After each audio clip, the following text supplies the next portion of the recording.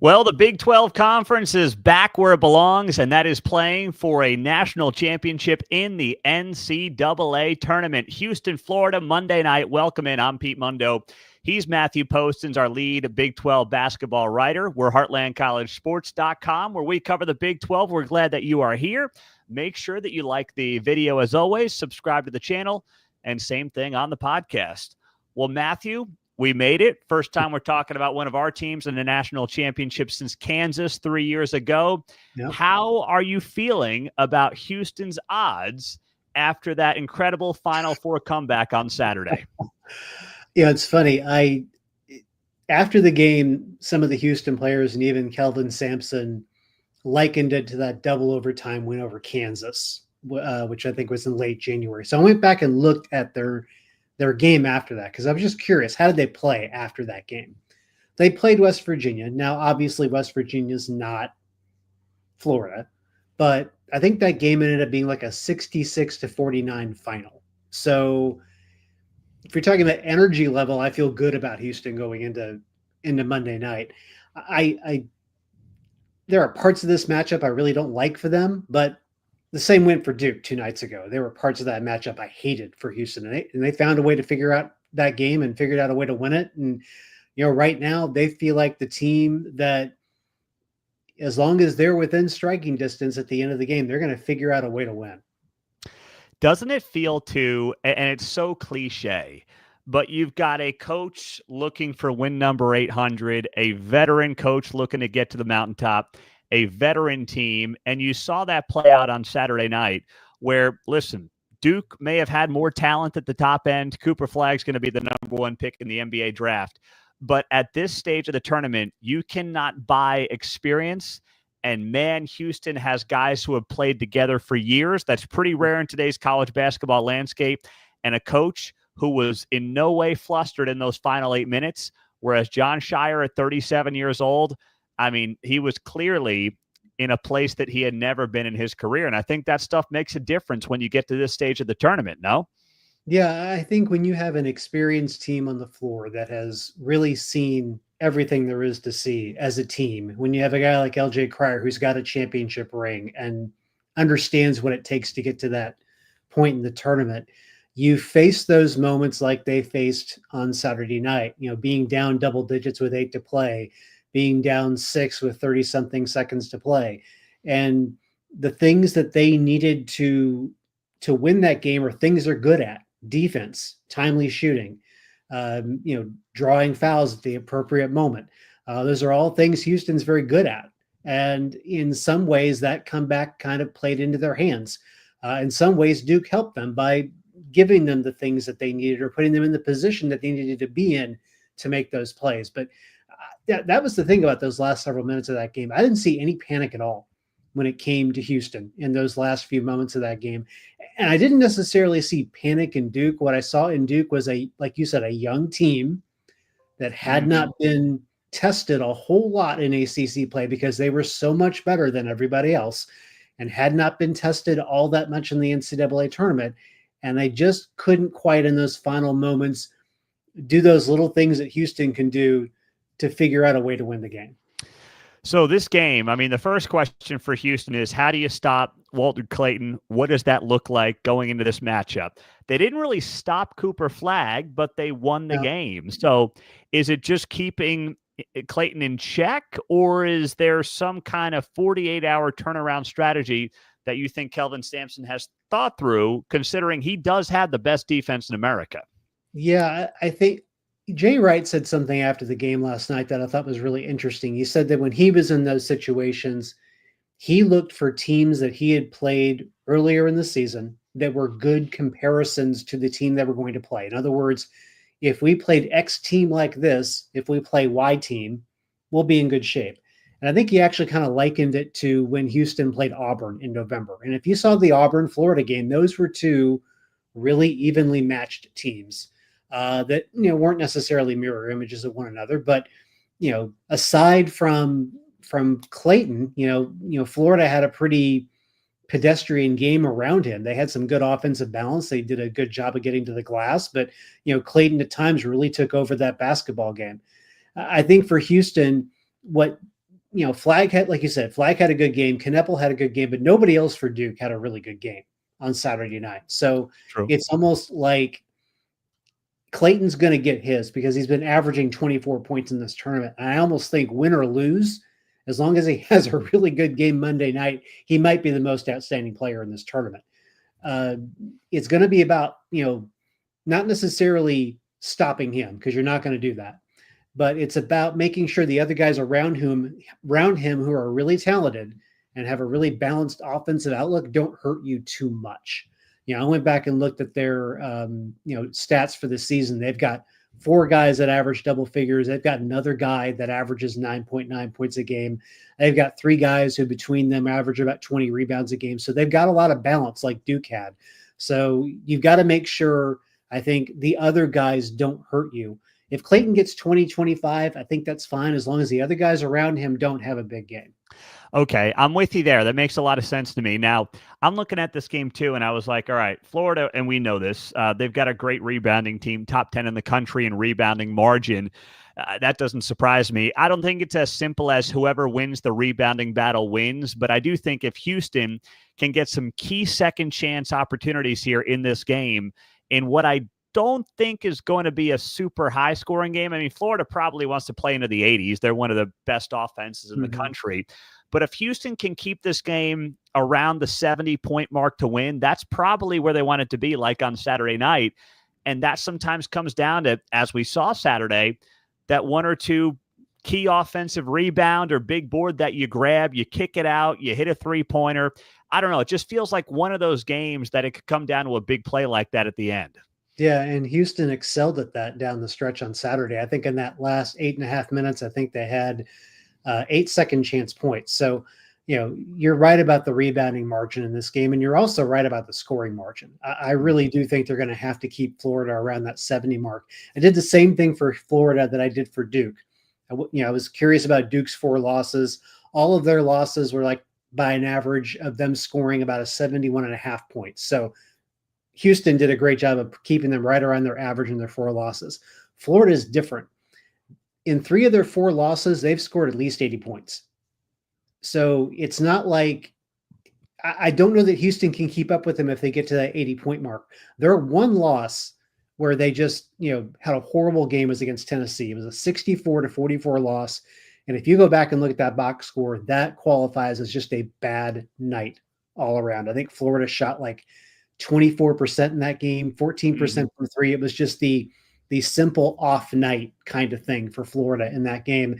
And oddly enough, they've only lost 1 game since then, and that was the game to Georgia. In fact, Houston's last loss and Florida's next to last loss of the season both occurred the same day, February 1st.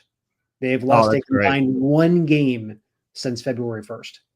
That is amazing. Now, 3-point shooting. Houston, and you and I talked about it last week. You said, hey, I think Duke's going to actually fire more of them up because they have all season. Houston has to be more efficient. Interestingly, Houston shot more 3-pointers than Duke and was more efficient. They hit 10 of 22, 46%. They're now the best 3-point shooting team in America. They know when to take them, and when they take them, it's a damn good look. Florida's not nearly as efficient a team offensively as much as they poured in. They want to keep that tempo going. Houston wants to slow it down and find the right shot. That, to me, is a fascinating storyline, and we may learn pretty early how the tempo of this game is going to go. Yeah, Houston definitely doesn't want to let Florida get out and run. No. Florida lives in a volume world, which is why in those 3 of those 4 losses, they scored 80 or more points. In fact, their loss to Kentucky, I don't know if this game went overtime or not, but they lost 106-100. So, I mean, they live in a world where they get up and down the floor. They get extra shots at the basket because they're a good rebounding team, because they're a good defensive team. They can turn you over.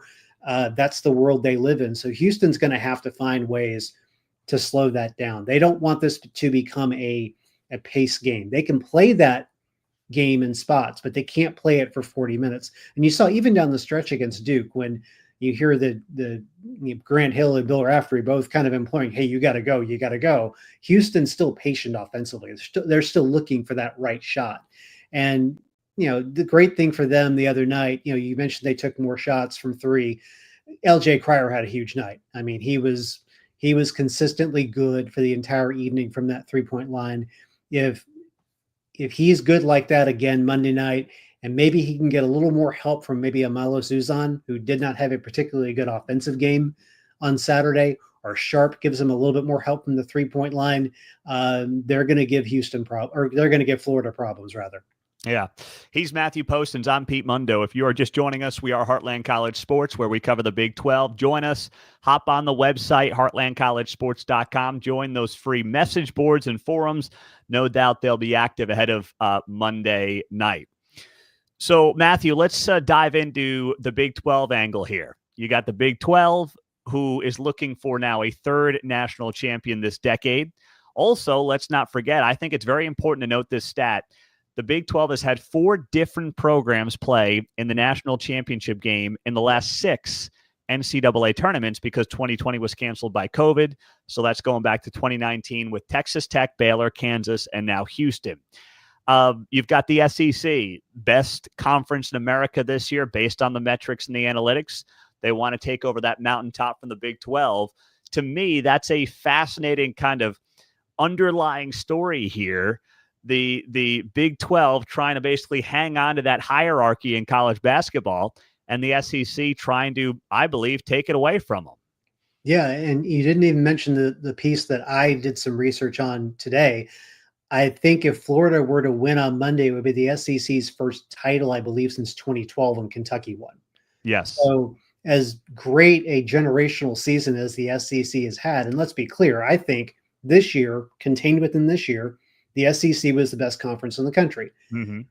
They have not consistently been the best conference in the country over the past decade. In between Kentucky winning that championship, you've had Big East schools win. You've had Big 12 schools win. I didn't look at the entire list, but I know Villanova's won 2 in that span. Obviously, the Big 12's won 2 in that span. UConn's won 2 or 3 in that span. I think North Carolina won a couple in that span. UVA. Yeah. So UVA won. So, this is one of those moments for the SEC where you don't want to say rah, rah, Big 12 or rah, rah, SEC, but the SEC has set itself up to be the best conference in the country this year. If you're the best conference in the country, theoretically, your best team should win the championship. I think we can all agree that Florida was the best team in the SEC, at least for the last month and a half. If they lose this game, I don't know that it diminishes the regular season, but it certainly says, I think, to everybody else out there that when the chips are down, the conferences that have been there over the past dozen years, like the Big 12, the Big East, even the ACC, find a way to get it done on this stage, unlike the teams, in the SEC. Yep. Yeah, no doubt about it. Well, I'm sure that, we will get Florida's favored by a point. My guess is a lot of the national talking heads are going to be on Florida on that bandwagon. And I understand it. We know the basketball they played the last month and a half. But can we not? I mean, if Houston wins on Monday night, is this not potentially the toughest path to a national championship ever?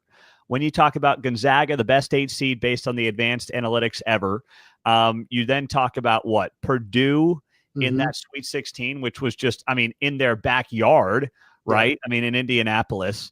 Then you get through Tennessee. Then you get through Duke with the number 1 NBA draft pick. And these Final Four teams this year based on, what was it? Was it KenPom? They were 4 of the best 10 KenPom teams ever or something like that. In the history of the KenPom rankings, yeah, all 4 were in the top 10. So, if they beat 2 of those, along with the teams they beat leading up to this Final Four, this may be one of the toughest stretches, if not the toughest stretch a team has ever had to go through.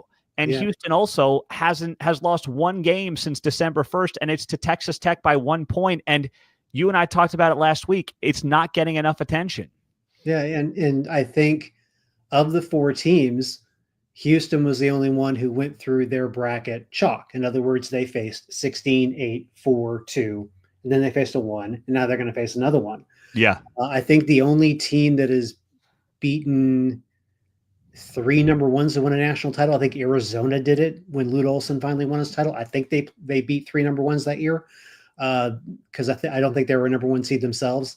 So yeah, I mean, it's been an extremely tough road for Houston, and they don't get attention for a variety of reasons. I think that maybe the biggest being that they don't have a Cooper Flag. They don't have a guy who's a surefire lottery pick that everybody's paying attention to when it comes to NBA scouts. They have a collection of really good players, a couple of whom I think can play in the NBA next year, that know how to play well together, have bought into everything that Kelvin Sampson has been telling them for years, knows how he wants them to play, are extremely well connected, especially on the defensive end. And they just know how to rise up and make things happen in those big moments. I mean, this is a big night for Houston. I mean, we talk about the matchup and everything. We talk about the Big 12. No team has been to the Final Four more than Houston and not come away with a national title. This is their 7th opportunity for a Final Four. They haven't played for a national title since Hakeem Olajuwon's days. They went to the Final Four in 21, but they lost, I think, to Baylor in the semifinal. So, I mean, this is a big night for Houston. This is a big night for their program, because I remember after the Southwest Conference fell apart and they didn't get into the Big 12.